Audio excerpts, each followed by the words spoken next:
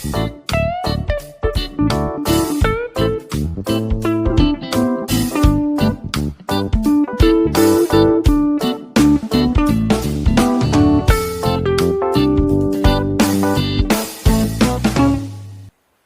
Friends, ఈరోజు UGC net paper 1లో research యాక్టివిటీకి సంబంధించిన దాంట్లో హైపోథిసిస్ గురించి తెలుసుకున్నాం. డిఫరెంట్ మనకి రీసెర్చ్ ప్రాసెస్లో డిఫరెంట్ స్టెప్స్ ఉంటాయి. వాటిలో వన్ ఆఫ్ ది స్టెప్స్ వచ్చేసి హైపోథిసిస్ అన్నమాట. మనకి identification of research problem, formulation of research problem. జనరల్గా అయితే ఆ ఆబ్జెక్టివ్స్ తర్వాత మనం హైపోథిసిస్ ఫార్ములేట్ చేస్తాం అన్నమాట. అయితే అసలు హైపోథిసిస్ అంటే ఏంటి? హైపోథిసిస్ అంటే అదంటే అజంప్షన్స్ అంటే tentative solution to the problem. Tentative solutions అంటారు, టెంటేటివ్ స్టేట్మెంట్ అంటారు, టెంటేటివ్ అజంప్షన్స్ అంటారు. ఏదంటే ఒక అజంప్షన్స్ అంటే ఊహలు, ఒక దానికి సంబంధించి మన రీసెర్చ్ సంబంధించి కొన్ని ఎక్స్పెక్టేషన్స్ లాంటివి అన్నమాట, ఊహ సంబంధించిన అన్నమాట అజంప్షన్స్. ఇవి దీన్ని మామూలుగా టెంటేటివ్ సొల్యూషన్స్ అంటారు అన్నమాట. అంటే ఇవి ఒక 2 కానీ మోర్ దాన్ 2 వేరియబుల్స్ మధ్యన రిలేషన్స్ ని తెలియజేసేందుకు మనం ఒక అజంప్షన్స్ చేస్తాం అన్నమాట. అంటే ఎగ్జాంపుల్, మనకి బాయ్స్ అండ్ గర్ల్స్ మధ్యన రీడింగ్ హ్యాబిట్స్ ఎలా ఉన్నాయని చెప్పినప్పుడు, అయితే దీంట్లో వేరియబుల్స్ అంటే ఏంటి? మన వేరియబుల్స్ ఉన్నాయి కదా, 2 వేరియబుల్స్. ఇప్పుడు చెప్పాం కదా, లైబ్రరీ ప్రొఫెషనల్స్ ఉన్నారు కదా, వాళ్ళ వర్కింగ్ హ్యాబిట్స్ స్ట్రెస్ అంటే స్ట్రెస్ అనేది ఒక వేరియబుల్ కింద చెప్తాము, వాళ్ళ వర్కింగ్ హ్యాబిట్స్ అనేది ఒక వేరియబుల్ కింద చేస్తాం అన్నమాట. మినిమం 2 వేరియబుల్స్ ఉండాలన్నమాట మనం ఈ ఫార్ములేషన్ చేస్తాం. అంటే ఒక్కో దాంట్లో కొన్ని టైప్స్ ఆఫ్ హైపోథిసిస్ లో సింగిల్ వేరియబుల్ కూడా ఉంటుంది, మోర్ దాన్ 2 వేరియబుల్స్ ఉంటాయి అన్నమాట. అయితే వేరియబుల్స్ అంటే ఏంటి? జనరల్గా ఏంటంటే వేరియబుల్స్ నెంబర్ ఆఫ్ వేరియబుల్స్ ఉన్నాయి. అయితే వాటిలో బేసిక్గా జనరల్గా వచ్చిందంటే independent variable, dependent variable. Independent variable అంటే it determines and influence the another variable అనమాట. ఏదైతే ఇంకో దాన్ని మార్చేదానికి లేకపోతే ఇంకో దాన్ని ఇన్ఫ్లుయెన్స్ చేస్తుందో అది ఇండిపెండెంట్ వేరియబుల్. డిపెండెంట్ వేరియబుల్ అంటే ఏదైతే చేంజ్ కాబడుతుందో, ఇన్ఫ్లుయెన్స్ చేయబడుతుందో అది వచ్చేసి డిపెండెంట్ వేరియబుల్. అంటే చేసేది ఏదైతే ఉందో అది ఇండిపెండెంట్ వేరియబుల్, ఏదైతే దేని మీద అయితే చేయబడుతుందో, ఏదైతే ఇన్ఫ్లుయెన్స్ చేయబడుతుందో అది వచ్చేసి డిపెండెంట్ వేరియబుల్ అనమాట. ఇండిపెండెంట్ వేరియబుల్, డిపెండెంట్, ఈ ప్రధానమైన వేరియబుల్స్ అన్నమాట. దీనికి బేస్ ఏంటి? ఈ హైపోథిసిస్కి బేస్ ఏంటి? బేస్ ఏంటంటే మామూలుగా review of literature, theory, your previous experience and knowledge, ఇవన్నీ బేస్ అయ్యింది. జనరల్గా రివ్యూ ఆఫ్ లిటరేచర్ మనకి తర్వాత స్టెప్ కింద చెప్తాం మనం. కానీ రివ్యూ ఆఫ్ లిటరేచర్ మనం ఎప్పుడైనా ఫస్ట్ అసలు రీసెర్చ్ గ్యాప్ని ఐడెంటిఫై చేయడం కోసమే మనం రివ్యూ చేయాల్సి వస్తుంది. అది అసలు చెప్పాలంటే అది ఫస్ట్ స్టెప్. అసలు మనం ఫస్ట్ రివ్యూ ఆఫ్ లిటరేచర్ చేసిన తర్వాతే మనకు అసలు రీసెర్చ్ గ్యాప్ ఐడెంటిఫై చేస్తాం. అంటే మన రీసెర్చ్ని ఏ ఏరియాలో గ్యాప్ ఉంది, ఇంకా రీసెర్చ్ చేయాల్సిన ఏరియా ఎక్కడ ఉందో దాన్ని ఐడెంటిఫై చేయాలంటే ఫస్ట్ మనం రివ్యూ ఆఫ్ లిటరేచర్ చేస్తేనే, మనం రివ్యూ చేస్తేనే మనం అది ఐడెంటిఫై చేయగలుగుతాం. అలాగే కొన్ని సెలక్షన్ ఆఫ్ ది ప్రాబ్లం కానీ అది చేయాలన్నా కూడా మనకి ఫస్ట్ రివ్యూ ఆఫ్ లిటరేచర్ చేయాలి.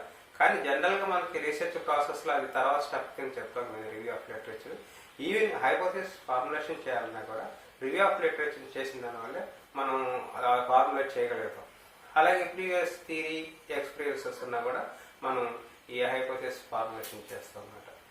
ఇది మనకి జనరల్గా క్వాంటిటేటివ్ రీసెర్చ్కి మాత్రమే మనం హైపోథిసిస్ ఫార్ములేట్ చేస్తాం. కానీ క్వాలిటేటివ్ రీసెర్చ్కి హైపోథిసిస్ జనరల్గా మనం చేయమంట. ఒకవేళ చేయాలన్నప్పుడు ఆ క్వాలిటేటివ్ రీసెర్చ్ని క్వాంటిటేటివ్ టర్మ్స్లోకి మార్చిన తర్వాత మాత్రమే దాన్ని మనకు హైపోథిసిస్ ఫార్ములేట్ చేయగలుగుతాం. అందుకని జనరల్గా క్వాంటిటేటివ్ రీసెర్చ్ మాత్రమే మనం హైపోథిసిస్ చేస్తామన్నమాట. క్వాంటిటేటివ్గా ఉండాలి. క్వాలిటేటివ్గా ఉన్నప్పుడు అది మళ్ళీ ఆ టర్మ్స్లోకి మార్చి క్వాంటిటేటివ్లోకి మార్చి మనం ఆ ఫార్ములేట్ చేయాల్సి వస్తుంది అనమాట. జనరల్గా మనకి సర్వే రీసెర్చ్ కానీ వీటన్నిటికీ మనం చేస్తాం. కొన్నిసార్లు ఎక్స్పెరిమెంటల్ రీసెర్చ్ కూడా మనం చేస్తాం అన్నమాట. ఎక్స్పెరిమెంటల్ హైపోథిసిస్ ఫార్ములేట్ చేస్తాం అన్నమాట. జనరల్గా హిస్టారికల్ రీసెర్చెస్కి, కేస్ స్టడీస్కి ఇట్లాంటి వాటికి మళ్ళీ మనం జనరల్గా చేయము. హైపోథిసిస్ ఫార్ములేషన్ హిస్టారికల్ రీసెర్చ్ చేయము. ఆల్రెడీ కేస్ స్టడీస్ కూడా చేయరు. కానీ కావాలి కేస్ స్టడీస్ కూడా చేస్తున్న జనరల్గా కేస్ స్టడీస్కి కూడా ఈ ఫార్ములేషన్ చేయనమాట జనరల్గా. అట్లా ఫిలాసఫికల్ రీసెర్చ్కి, డిస్క్రిప్టివ్ రీసెర్చ్కి ఇట్లాంటి వాటికి జనరల్గా no need to formulate the hypothesis. అంటే గుడ్ హైపోథిసిస్ అంటే గుడ్ హైపోథిసిస్ అంటే టూ ఆర్ మోర్ వేరియబుల్స్ మధ్యన రిలేషన్ చూడటం అనమాట. It should be testable. అంటే కంపల్సరీగా ఏదైతే మనం ఈ స్టేట్మెంట్ ఇస్తామో అజంప్షన్స్, ఆ అజంప్షన్ టెస్టబుల్గా ఉండాలన్నమాట. అలాగే క్లియర్ కట్గా ఉండాలి హైపోథిసిస్. హైపోథిసిస్ ఎప్పుడు స్టేట్మెంట్ లెవెల్లో ఉండాలి కానీ క్వశ్చన్ లెవెల్లో ఉండకూడదు, క్వశ్చన్ ఫామ్లో ఉండకూడదు, ఎప్పుడు స్టేట్మెంట్ ఫామ్లో ఉండాలి. ఇవి జనరల్గా గుడ్ హైపోథిసిస్ సంబంధించి. అంటే క్లియరిటీ ఉండాలి, క్లారిటీ ఉండాలి, ఇవన్నీ బాగుంది. అయితే టైప్స్ ఆఫ్ హైపోథిసిస్ చెప్పినప్పుడు చాలా నెంబర్ ఆఫ్ హైపోథిసిస్, అంటే ఒక్కో ఆథర్ ఒక్కో విధంగా చెప్పారు. ఒక ఆథర్ ఒక బుక్లో చెప్పినట్టు ఆథర్ ఇంకో బుక్లో లేదు. మనం ఒక్కో ఆథర్ హైపోథిసిస్ని డిఫరెంట్ ఫామ్ చేస్తారు. కొంతమంది హైపోథిసిస్ టైప్స్ ఉన్నాయి, ఫామ్స్ ఉన్నాయి. యాక్చువల్గా అందరూ జనరల్గా ఏంటంటే ఆ ఫామ్స్ని, టైప్స్ అన్నిటినీ హైపోథిసిస్ టైప్స్ కింద చెప్తున్నారు. ఆ హైపోథిసిస్ టైప్స్ డిఫరెంట్ ఉన్నాయన్నమాట. మనకి వర్కింగ్ హైపోథిసిస్ అని, రీసెర్చ్ హైపోథిసిస్ అని, ఫైనల్ హైపోథిసిస్ అని, క్యాజువల్ హైపోథిసిస్ అని, డైరెక్షనల్ హైపోథిసిస్ అని, నాన్ డైరెక్షనల్ హైపోథిసిస్ అని, ఇండక్టివ్ హైపోథిసిస్ అని, డిడక్టివ్ హైపోథిసిస్ అని, మన నల్ హైపోథిసిస్ అని, ఆల్టర్నేటివ్ హైపోథిసిస్ అని, మల్టీవేరియేట్ హైపోథిసిస్ అని, డైవేరియేట్ హైపోథిసిస్ అని, అదే యూనివేరియేట్ హైపోథిసిస్ అని, డిఫరెంట్ హైపోథిసిస్, పర్టికులర్ హైపోథిసిస్ అని, ఫైనల్ హైపోథిసిస్ అని, ఇట్లా నెంబర్ ఆఫ్ హైపోథిసిస్ని చెప్తున్నారు. ఒక్కో ఆథర్ ఒక్కో రకంగా చెప్తున్నారు ఇంకా డిఫరెంట్గా. కొంతమంది simple, complex, empirical, directional, non directional, null, alternative hypothesis అని కొంతమంది చెప్తారు.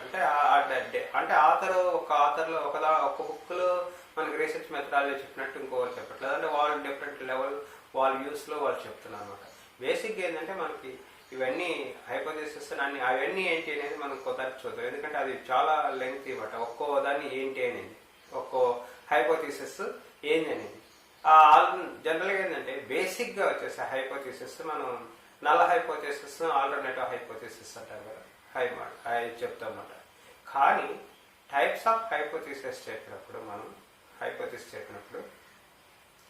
మనం వాటి బేసిక్గా మనం చెప్పాలంటే అది research hypothesis, statistical hypothesis and operational hypothesis అని బేసిక్గా 3 ఫార్మ్స్ ఉంటాయన్నమాట.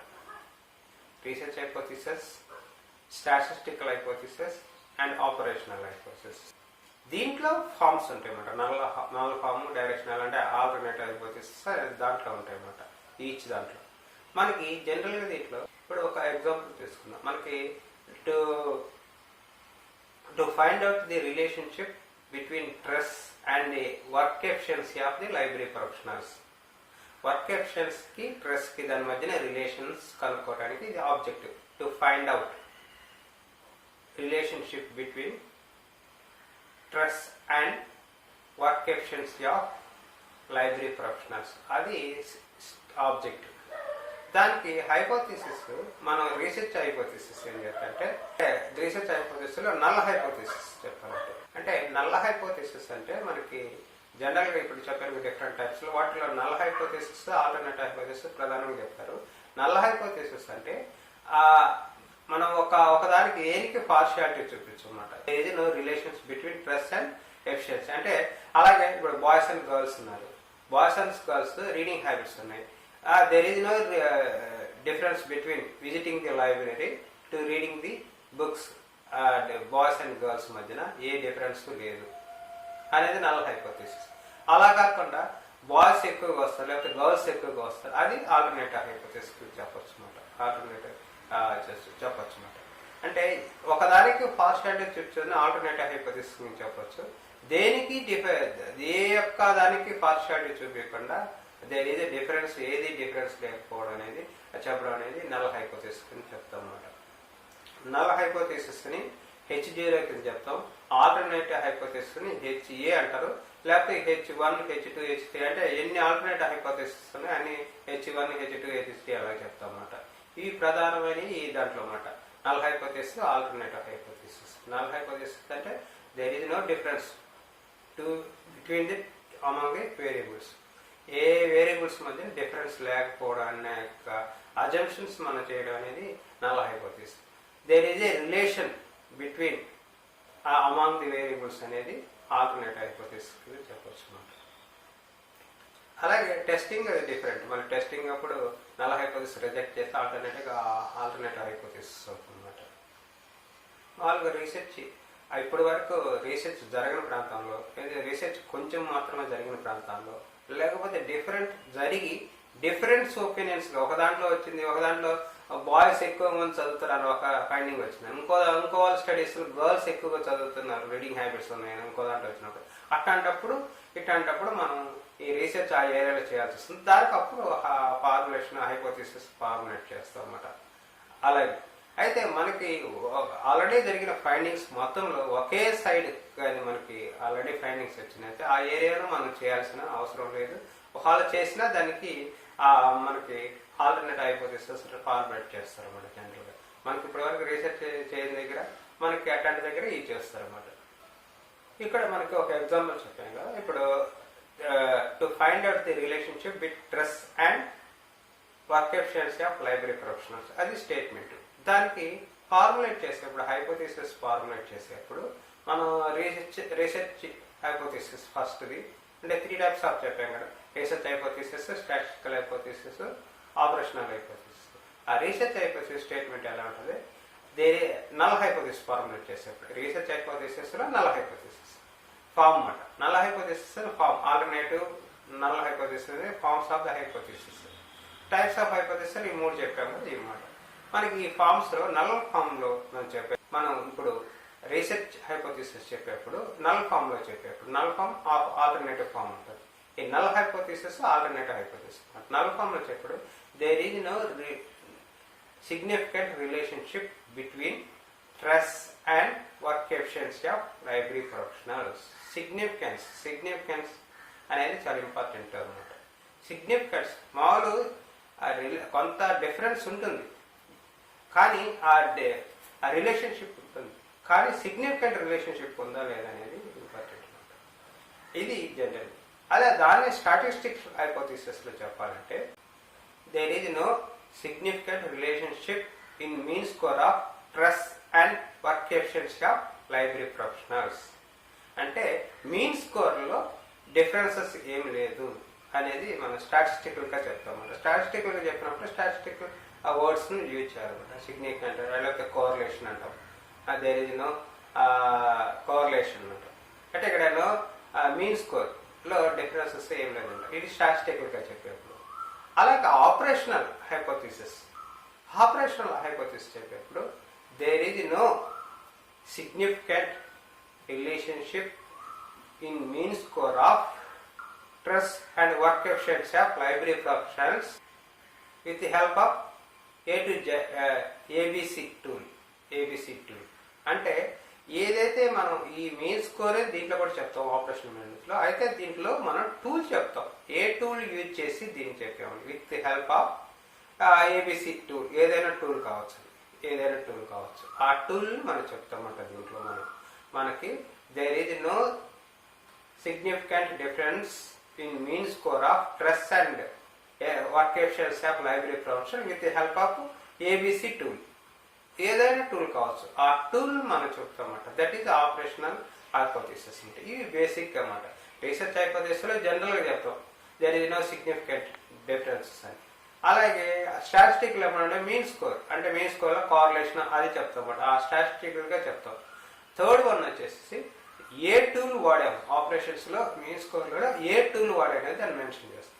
ఇవి బేసిక్గా 3 టైప్స్ ఆఫ్ హైపోథిసిస్. మనం ఇది 3 రకాల హైపోథిసిస్ అన్నమాట. జనరల్గా ఇవి అన్నిట్లో చేరు. జనరల్గా ఈ ఫార్మ్ ఆఫ్ హైపోథిసిస్ లో మనం null hypothesis, alternative hypothesis, null hypothesis, alternative hypothesis చెప్పాం కదా. ఈ దీన్ని కొంతమంది దీన్ని కూడా టైప్స్ కింద చెప్తారు మామూలుగా. ఏదైనా కానీ మనకి అది ఏంటి అనేది మనం ఒకటి తెలుసుకోవాలి. టైప్స్ లో చెప్పి ఫార్మ్స్ లో చెప్పిన అనమాట. బేసిక్ గా ఈ విధంగా చెప్తారు. మనకి దీంట్లో ఈ ఆపరేషనల్ కానీ స్టాటిస్టికల్ కానీ లేకపోతే రీసెర్చ్ హైపోథిసిస్ కానీ దీంట్లో null hypothesis, alternative hypothesis forms అంటే డైరెక్షనల్ హైపోథిసిస్ అంటాం. అంటే ఆల్టర్నేటివ్ అని డైరెక్షన్ హైపోథిసిస్ కింద అనమాట. మనకి ఏదంటే డైరెక్షన్ అంటే ఆల్రెడీ థియరీ ద్వారా మనకి ఎప్పుడైతే మన థియరీస్ రివ్యూ చేస్తామో థియరీ నుంచి తీసుకుంటామో హైపోథిసిస్, అప్పుడు ఏంటంటే దానికి కంపల్సరీగా జనరల్గా మనకి డైరెక్షనల్ హైపోథిసిస్ అవుతుంది అనమాట. అలా కాకుండా ఆల్రెడీ అంతకుముందు ఎక్కడ ఆ ఏరియా రీసెర్చ్ జరిగినప్పుడు మనకి నల్ హైపోథిసిస్ కింద పెడతాం అనమాట. ఆల్రెడీ థియరీ ఇంత ఉందనుకో, ఆ థియరీ నుంచి బేస్ అయినప్పుడు మనకి హైపోథిసిస్ జనరల్గా డైరెక్షనల్ హైపోథిసిస్ వస్తుంది అనమాట. మనకి అప్పుడు ఆల్టర్నేటివ్ హైపోథిసిస్ చెప్తాం ఏదో ఒకటి. ఇవి ప్రధానమైనమాట. అయితే నల్ హైపోథిసిస్ ని మనం నల్ హైపోథిసిస్ H0 కింద, alternative hypothesis H0 H1 H2 H3 అట్లా చెప్తాం అనమాట. అంటే H1 ఏంటంటే H2 ఏంటంటే ఇప్పుడు ఫస్ట్ H1 అంటే బాయ్స్ కంటే గర్ల్స్ విజిట్ చేస్తారు. అలాగే రెండోది H2 అంటే మళ్ళీ H2 ఫార్ములేట్ చేసేప్పుడు గర్ల్స్ కంటే బాయ్స్ ఎక్కువ విజిట్ చేస్తారు. అలా డిఫరెంట్ చెప్పొచ్చు అన్నమాట. ఎన్నో రకాలుగా మనం చెప్పొచ్చు. ఈవినింగ్ టైంలో గర్ల్స్ ఎక్కువగా విజిట్ చేస్తారు. ఇంకో ఆల్టర్నేటివ్ హైపోథిసిస్ 1 2 3 4 అలాగే చెప్పొచ్చు అన్నమాట. డిఫరెంట్గా చెప్తారు. అంటే అక్కడ ఏదో ఒక వేరియబుల్ని మనం దాన్ని పార్షియాలిటీగా చెప్తాం అన్నమాట. మార్నింగ్ టైంలో బాయ్స్ ఎక్కువగా లైబ్రరీ విజిట్ చేస్తారు మార్నింగ్ టైంలో. అదొక వన్ ఆఫ్ ఆల్టర్నేటివ్ హైపోథిసిస్ అన్నమాట. There is no difference visit చేసేప్పుడులో వాళ్ళ మధ్య నేను మధ్య ఏం తేడా లేదని చెప్పడమే అలా హైపోథిసిస్ అన్నమాట. ఈ విధంగా హైపోథిసిస్ ని మనం ఫార్మాట్ చేస్తాం అన్నమాట. Testing of hypothesis type 1 error, type 2 errors అయినా వచ్చే టెస్టింగ్ లో వస్తాయి. స్టాటిస్టికల్ టెస్ట్ చేస్తారు అన్నమాట. దాన్ని అది మనం వేరే చూద్దాం. ఇది జనరల్ ఫార్ములేషన్ హైపోథిసిస్ లో మనం ఇది మాట ఫార్ములేట్ చేసేప్పుడు మనం ఒక రివ్యూ ఆఫ్ లిటరేచర్ చేయాల్సి వస్తుంది. మనం బేస్ చేసుకొని వాటి ప్రీవియస్ థారీస్ రివ్యూస్ చేసి దాని ప్రకారం హైపోథిసిస్ ఫార్ములేట్ చేస్తామన్నమాట. జనరల్గా నల్ హైపోథిసిస్ చేస్తారన్నమాట. జస్ట్ ఏంటంటే హిస్టారికల్కి అట్లాంటి వాటికి హైపోథిసిస్ అవసరం లేదన్నమాట. హిస్టారికల్ రీసెర్చ్కి కేస్ స్టడీస్కి డిస్క్రిప్టివ్ ఫిలాసఫీ వాటికి రీసెర్చ్ మనకి హైపోథిసిస్ ఫార్ములేట్ చేయాల్సిన అవసరం ఉండదన్నమాట. జనరల్గా హైపోథిసిస్ అంటే అజంప్షన్స్, ఒక ఊహ మనం ఎక్స్పెక్ట్ చేస్తున్నాం అన్నమాట. అది మన రేపు అది టెస్ట్ చేస్తాం రీసెర్చ్లో. మనం తర్వాత ఇప్పుడు బాయ్స్ కంటే గర్ల్స్ ఎక్కువ విజిట్ చేస్తున్నారు, లేకపోతే వాళ్ళిద్దరి మధ్యన ఏ డిఫరెన్స్ లేదు అని మనం ఏ హైపోథిసిస్ ఫార్ములేట్ చేసినా నల్ కానీ ఆల్టర్నేటివ్ కానీ దాన్ని మనం డేటా కలెక్ట్ చేసిన తర్వాత అప్పుడు మనం అనాలిసిస్ చేసిన తర్వాత అప్పుడు టెస్ట్ చేస్తాం. మనం ఏదైతే స్టేట్మెంట్ ఇచ్చామో ఈ అజంప్షన్ టెంటేటివ్ స్టేట్మెంట్ ఏదైతే ఇచ్చామో ఇది కరెక్టా కాదనేది మనం అక్కడ టెస్ట్ చేస్తాం. డిఫరెన్స్ సిగ్నిఫికెంట్ డిఫరెన్స్ ఉందా లేదా, వాళ్ళు ఉంటే ఎంత ఉన్నది మనకంటే అది స్టాటిస్టికల్గా మనం చూపిస్తాం అన్నమాట. దాన్ని స్టాటిస్టికల్ మెజర్మెంట్స్లో మనం చూపిస్తాం. అది టెస్టింగ్ దగ్గర చూస్తున్నమాట. ఫార్ములేట్ చేసేప్పుడు మనకు ఈ విధంగా ఫార్ములేట్ చేస్తాం. ఇది హైపోథిసిస్ అన్నమాట. హైపోథిసిస్ టైప్స్ చాలా ఉన్నాయి. అవి మనం ఇంకో దాంట్లో చూద్దాం. అవి డిఫరెంట్ టైప్స్ ఆఫ్ హైపోథిసిస్ ఉన్నాయి. ఇవి ఫార్ములేషన్ హైపోథిసిస్లో గుడ్ హైపోథిసిస్కి అలాగే హైపోథిసిస్కి మెయిన్ ప్రధానమైనది అనేది మనం ఈ వీడియోలో మనం తెలుసుకున్నాం. Thank you.